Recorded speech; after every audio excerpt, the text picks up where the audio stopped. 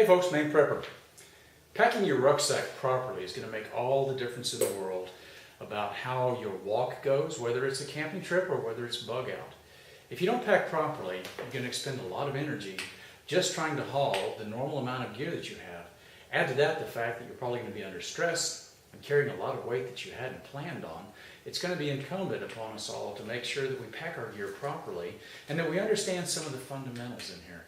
I've spent a lot of time training soldiers on how to pack their rucksack, how to carry their rucksack, and I've got some videos up that talk about taking care of your feet, selecting a good rucksack, and other fundamentals that you might find useful.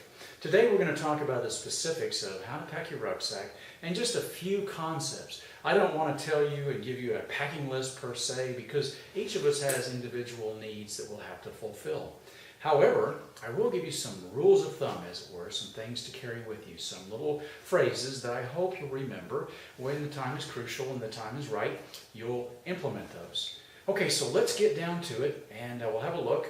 We're using today the USMC ILBE, which is my main bug out bag and my main rucksack. There's other rucksacks out there and you choose one that fits you and that suits your needs the best. I personally like this one. It's the most bang for the buck.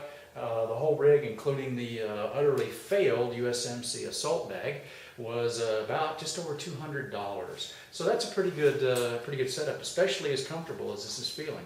I haven't been able to take this for a full-on rucksack march yet, but I'm going to tell you, just having it on here right now, it's not nearly, with all the weight in it, it's not nearly as painful as my past rucksacks have been with this much gear. There's about 70 pounds on my back right now. All right, so let's get to it here, and when you get done watching the video, I'd appreciate it if you throw your comments up underneath. I'd like to hear what you think and if these lessons are helping you. All right, folks, let's go. Here we see the ILBE rucksack without the assault pack, which has been removed from the back. And this is both the ILBE and the hydration system attached. And I wanted to cover a few basic things before I began. Now this bag has MOLLE attaching points on the side and also here on the bottom, as well as the top. These I really recommend you don't put a lot of gear on. That being said, it's always a problem as you do last minute loadouts. Things do get attached and they do get stuck on. So it's not the end of the world if you have to, but I'd make this a last choice and not a first option. You also have these pouches. I leave these deliberately empty because I know at the last minute things always get shoved in there. So I'm just trying to think ahead, knowing myself and knowing how things work.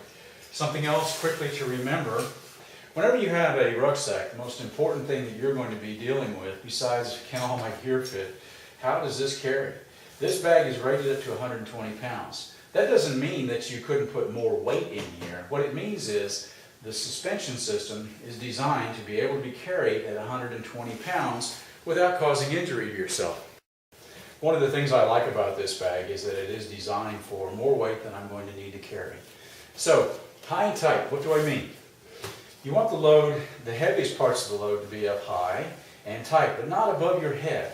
So this bag is good. You don't want to go too wide either, but you want to keep things as close to the center of your back, high, right about neck level and just a little lower. This bag has a radio pouch inside, which allows you to suspend the heaviest weight here in the very top, and there's also some other options. What are some of the things that are heavy? Well, that's going to be your water, that's going to be your food, especially if it's not dehydrated, and that's going to be ammunition if you carry any. So let's jump into the bag then, and we'll get started here by dropping the bag down on the floor where I can get at it a little easier and you can look inside and watch. One other thing before we do go on, make sure your bag is tight on your back, that it's cinched down really good. You don't want stuff flopping around. That's going to distract you, but it's also going to exhaust you. Okay, we're going to go at this top down and we're going to show how to pack it by first unpacking it, and we'll talk about it along the way. As I'm going through, you'll see links appearing up here, little pop-up red bars. And what you can do if you want to, this is referencing some of the gear that's inside, just pause this video, open that up, have a look, come back, and we'll be waiting. How about that? Too easy.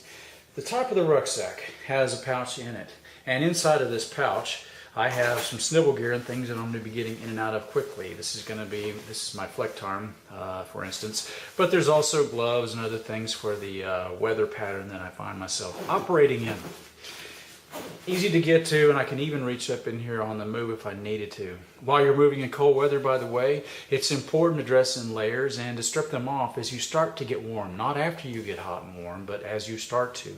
Even if you have to stop frequently and periodically to do so. It's better that than to be all sweaty with the only, perhaps, pair of socks and shoes that you have on your back and feet. Okay, so everything on this bag, by the way, you'll notice I don't have anything hanging from the outside. Number of reasons. One of them is that stuff gets tangled up. Another reason is it can get ripped off easily and possibly lost. Inside of the bag, I have the capacity to carry my AR, which is not in here. But remember the concept as we go into this of high and tight. The reason I carry the weapon inside sometimes in bug out is because it's a concealed type of way. That is, it's not for a non-concealable weapon. It's an easy way to hide it from plain sight, and the less people see and know about you, the better off you're going to be in this life, I guarantee it. Okay, so I've undone the two buckles and I'm reaching inside. Now the first thing I want you to notice is where I have my basic load, my second basic load of ammunition. It's right here. Now it's not just laying on the top. This lid has actually two rows of pals attaching, or molly straps, that run the width of this. And so I have attached these molly bandoliers, which I got on eBay for about $5 a piece. Here, these could hold, each one of these bandoliers could hold 6 of the old style magazines. In my case, I prefer the P-Mags, which for the Sergeant Major's watching, he knows I'm following the rules. So there we go, unloaded, nothing in there. So I've got P-Mags. P-Mags have a wider base on them, and that precludes them stacking 2 across in these old style bandolier pouches, which are in very good condition. They're brand new, in fact. They're just a different camouflage pattern, but I'm not going to be a fashion slave today. All right, and these are attached not only in the top of the bag, which meets the criteria for high and tight, but they're also where I can get to them rather easily should I go through my basic load, which is going to be a bad day to be in if that happens. Let's swivel the pouch down out of the way now and go inside the bag. I'm going to undo the right strap, and then I'm going to undo and roll back this pouch container.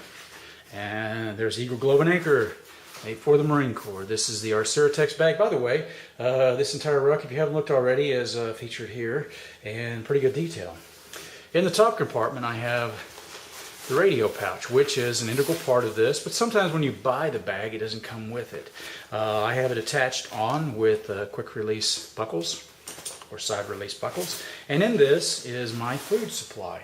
Part of this food supply is still being developed, and we have done some really good work. The Brain Trust here, that's myself and many of the subscribers, have been working fast and furious to bring you the latest ideas, inventions, and technologies on food and how to get economical yet high quality rations and nutrition in the field. And I am somewhat of a nutritionist, and so I try to teach that. One of the things we came up with that was a very inexpensive poor man's way is take these old Monster drink cans and fill them up with rice or beans or whatever. I put duct tape on them because the cans are not impervious to destruction.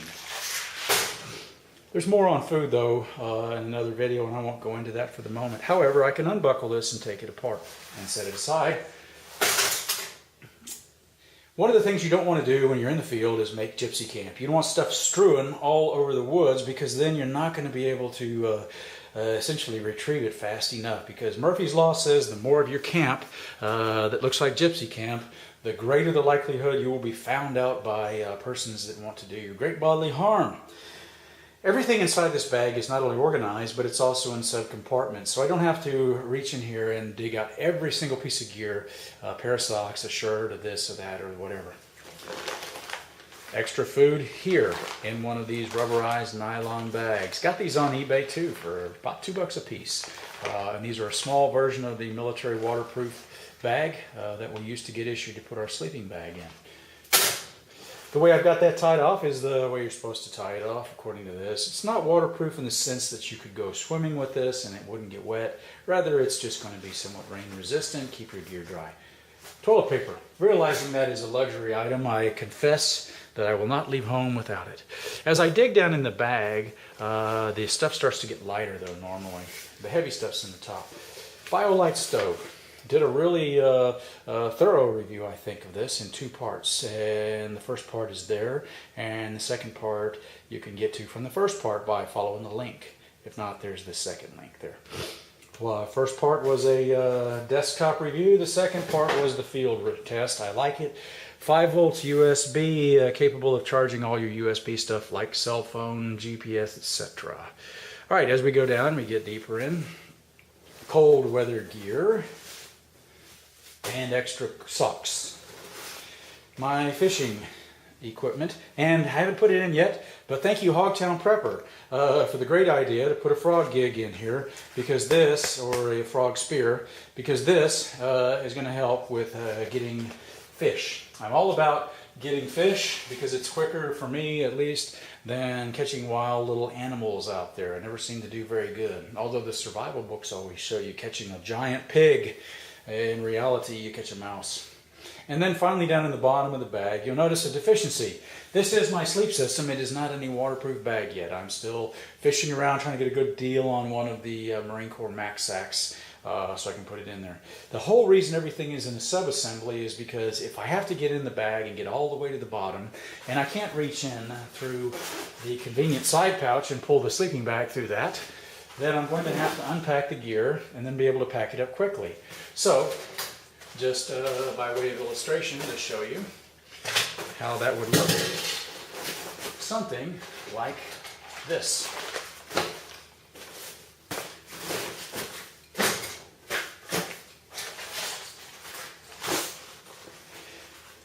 And if I was really under pressure, I wouldn't even bother to buckle this down. But everything is being kept here in pretty neat fashion, right? So hopefully I have this much time to get going and get gone. If not, well, then I'm just going to have to try to negotiate, right? Be clever. Okay, so there it is, down and dirty, folks. Hey folks, we talked today about packing our bug-out bag and our bug-out rucksack. And these concepts are not only for a bug-out bag, they're good for packing a regular backpack. And the main one to remember is high and tight. So we talked about load and distribution today, high and tight, right? We also talked about organization and access, and that's those individual pouches you see in there, being able to get to things quickly. And last but not least, we talked about how much is too much gear. And on that note, about 70 pounds for me. I weigh 203 pounds and I'm in fairly good shape. And that's pushing the envelope there. So that's where I am kind of right now. I mentioned also the ability with these larger rucksacks to be able to break your at least M4 or AR-15 type weapon down into 2 components. Place them inside so you have a way to carry them without drawing a lot of attention to yourself, if that need and option should become important to you. Otherwise, if you're in a really bad situation, you want your weapon in your hand. Also a space inside of here, which I didn't show, for my chest rig because I'm still working on it, and there will be a video on that posted up here shortly. If you don't see, you see me pointing but you don't see a red button, it means the link wouldn't be active because the video is not completed yet. It's still in the making, however. It is on the list of things to do, and believe it or not, I do have a method to my virtual madness. Thank you folks for tuning in. This has been the Maine Prepper. Check back, subscribe, and welcome to the new subscribers on that note. Thank you. Goodbye.